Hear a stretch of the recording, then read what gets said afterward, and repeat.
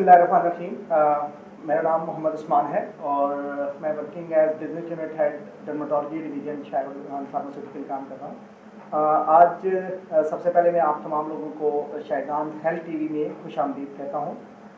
शायगान health TV जो है वो एक पॉडकास्ट लॉन्च कर रही है जिसमें जो है वो स्किन सोल्यूशन विद डर्मेटोलॉजिस्ट में हम डिफरेंट सीरीज़ ऑफ टॉपिक्स के ऊपर जो है वो अक्रॉस पाकिस्तान डिफरेंट डर्मेटोलॉजिस्ट के साथ जो है वो बात कर रहे होते हैं। तो आज मेरे साथ हैं डॉक्टर निदा रिजवान जो कि FCPS हैं, consultant dermatologist and aesthetic physician Rawalpindi से। Madam welcome. मैडम आज जो हमारा मेजर टॉपिक है वो बेसिकली एक्जिमा है। तो हम अपनी जितनी भी पब्लिक है उसको एक्जिमा के बारे में अवेयरनेस देना चाह रहे हैं। तो फर्स्ट ऑफ ऑल मैं जानना चाहूँगा कि एक्जिमा क्या है और एक्जिमा की डिफरेंट कौन सी टाइप्स होती हैं जिसकी बेसिस के ऊपर जो है वो एक्जिमा को आइडेंटिफाई किया जाता है। जी, आपका बड़ा अच्छा सवाल है और आपने बड़े अच्छे टॉपिक पे फोकस करने को कहा है, क्योंकि ये एक्जिमा जो होता है ये बहुत लोगों को इसका आजकल मसला है। एक्जिमा कॉमन ज़बान में इसको ना चंबल कहते हैं, स्किन एलर्जी होती है और इसकी बहुत सी टाइप्स होती हैं। अगर ये बच्चों को हो तो हम उसको एटोपिक डर्मेटाइटिस कहते हैं, ये बड़ों को भी हो सकता है जिसको प्रॉपर हम एक्जिमा कहते हैं। अगर ये हाथ पे आ जाए तो हम हैंड एक्जिमा कहते हैं। ये पैरों पे भी और हाथों पे भी सिर्फ रह सकता है, कभी कभी फेस पे भी रह सकता है और इसकी बहुत सी टाइप्स होती हैं। एक्सोजिनस भी होता है, एंडोजिनस भी होता है, यानी कि बाहर की वजूहात की वजह से भी हो रहा है या आपके जिस्म के अंदर की भी कोई मामलात अगर ख़राब है तो उसकी वजह से भी हो रहा होता है। तो इसकी बहुत सी टाइप्स होती हैं, मगर इन शॉर्ट हम इसको यही बताएंगे कि स्किन एलर्जी होती है जिसको चंबल कहते हैं।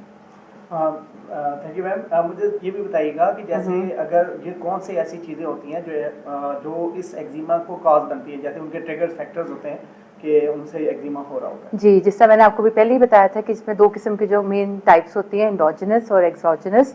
तो जो अंदर से हैं तो उसमें से बहुत कॉमन एक जो चीज़ है वो है आपका जेनेटिक फैक्टर। अगर आपकी फैमिली में टेंडेंसी है, खुदा ना खासा किसी को एस्थमा की या फूड एलर्जीज़ की होती है या बचपन में छींकें आ रही होती हैं या अपने फादर मदर्स की किसी फैमिली में से, ज़रूरी नहीं कि इमीडिएट ही आपके रिलेटिव्स हों, दादा परदादा में भी ये कोई अगर एलर्जीज़ हों तो ये ट्रांसमिट हो रही होती हैं।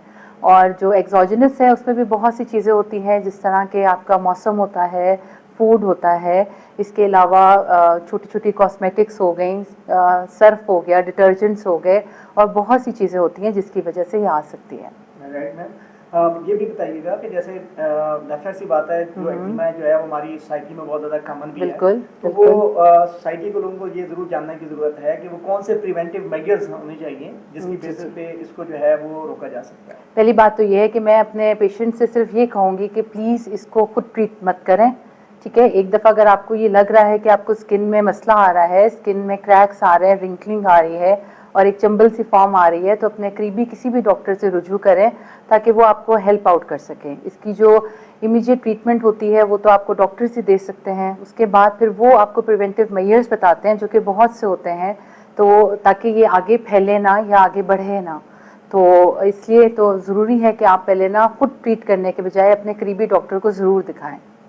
Very right ma'am. जैसे कि आपने बताया कि पेशेंट को या लोगों को चाहिए कि वो अपने डॉक्टर से कंसल्ट करें। बिल्कुल। तो डेफिनेटली आपको भी अंदाज़ा है कि एक्जिमा जब फीमेल्स में या सोसाइटी के लोगों में हो रहा होता है तो उनके मेंटल हेल्थ के ऊपर कोई इम्पैक्ट आ रहे होते हैं। जी, बहुत ज़्यादा इम्पैक्ट आ रहा होता है, बल्कि काफ़ी पेशेंट बड़े डिस्टर्ब्ड होते हैं और वो उनका सेल्फ कॉन्फिडेंस बहुत ज़्यादा शैटर कर रहा होता है। तो प्लीज़ इसको ज़रूर आप ना, मैं तो कहती हूँ डॉक्टर को ना सिर्फ ट्रीट करना चाहिए बल्कि उसको अच्छा सा काउंसिल भी करना चाहिए, क्योंकि ये ठीक हो जाता है अच्छे ट्रीटमेंट से और कुछ प्रिवेंटिव मेजर्स होते हैं वो करेंगे तो ये ठीक हो जाता है। बिल्कुल, बहुत अच्छी बात की आपने कि जैसे आपने बताया कि प्रिवेंटिव मेजर्स होने चाहिए।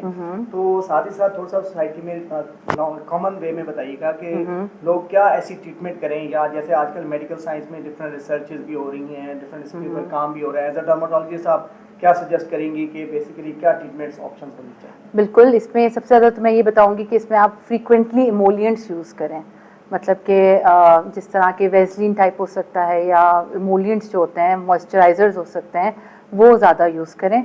इसके अलावा इसकी मेन ट्रीटमेंट में स्टेरॉइड्स होते हैं जो कि हम टॉपिकली भी देते हैं और कभी कभी हम बहुत अगर सीवियर केसेस हों तो उसमें हम ओरली भी स्टार्ट कर देते हैं। और जो है आपने कोशिश करना है कि जो अगर जिन लोगों को इसकी टेंडेंसी है तो वो बहुत ज़्यादा एक्सफोलिएशन मत करें अपनी स्किन को, कोई इस तरह के स्क्रब्स वगैरह यूज़ मत करें, क्योंकि उससे भी अगर टीयर आता है स्किन में तो ये एग्रीवेट कर जाता है। इस तरह ही हार्श कोई फेस वॉश वगैरह या कोई सोप्स या डिटर्जेंट्स, अगर ख़वातीन जो हैं अमूमन जो बर्तन बहुत ज़्यादा धो रही होती हैं, घर के काम काज कर रही होती हैं, तो कोशिश करें कि उसमें ग्लव्स पहने, अपने कॉस्मेटिक्स के बारे में बहुत ज़्यादा केयरफुल रहें। सिमिलरली मैं कहूँगी कि फ्रेगनेंस होती है, उससे भी बहुत ज़्यादा ये हो रहा होता है। कुछ डाइज़ होते हैं, कुछ मेहंदियाँ होती हैं जो ख़वातीन लगा रही होती हैं और उसकी वजह से ये एक्टिवेट कर रहा होता है। तो ये अगर छोटी छोटी चीज़ों पे आप लोग अपना ख्याल करेंगे तो आप देखिएगा कि ये आपको बहुत से बड़े मसले से बचा लेगी। Thank you very much ma'am, आपने बहुत अच्छा जो है वो हमें एक्जिमा के बारे में बताया, साथ ही साथ इसके हवाले से प्रिवेंटिव मेजर्स थे या फिर जो भी पॉसिबल ट्रीटमेंट्स थी। आपके टाइम का बहुत बहुत शुक्रिया। Thank you very much.